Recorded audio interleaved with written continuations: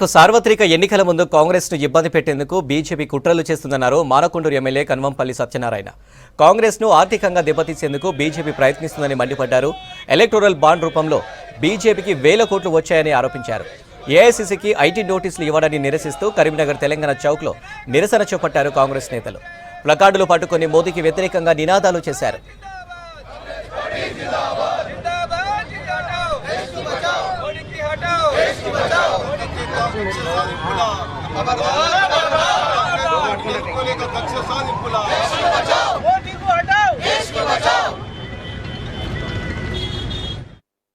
మోడీ గారి నియంతృత్వ పాలనకు నిరసనగా పార్టీలను ఏ విధంగా కుంగదీయాలి, పార్టీలు లేకుండా చేయాలి, ఈయన చేసేవన్నీ సత్యమైన పాలన, రాముని పాలన అన్నట్టు ప్రొజెక్ట్ చేసుకుంటూ ఈరోజు కాంగ్రెస్ పార్టీ ఏదో విధంగా దెబ్బతీయాలన్న ఉద్దేశంతో రాబోయే ఎన్నికల లోపల ఇన్కమ్ ట్యాక్స్ 1820 కోట్లు కట్టాలని ఒక నోటీసులు జారీ చేసి ఆర్థికంగా దెబ్బతీయాలి, ఆర్థిక మూలాలను దెబ్బతీయాలి, కాంగ్రెస్ పార్టీని ఏ విధంగానైనా దెబ్బతీయాలన్న ప్రయత్నంతో ఈరోజు మోడీ గారు ప్రయత్నాలు చేస్తూ ఉన్నారు.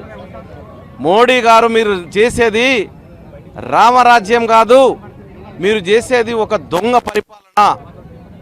మీరు మొట్టమొదటిగా సరి చేసుకోవాల్సింది ఎన్ని వేల కోట్లు మీరు వసూలు చేసినారో మొన్న ఎస్బీఐ ప్రవేశపెట్టిన దాంట్లోపల ప్రకటించిన దాంట్లోపల ఎవరెవరు ఎంతెంత ఇచ్చినారో మరి మీకు ఎందుకు ఇచ్చిన తర్వాత క్విడ్ ప్రోకోగా వాళ్లకు ఏ పనులను కట్టబెట్టినారు, ఏ కేసులను మాఫీ చేసినారు, ఇవన్నీ కూడా ప్రజలు గమనిస్తూ ఉన్నారు.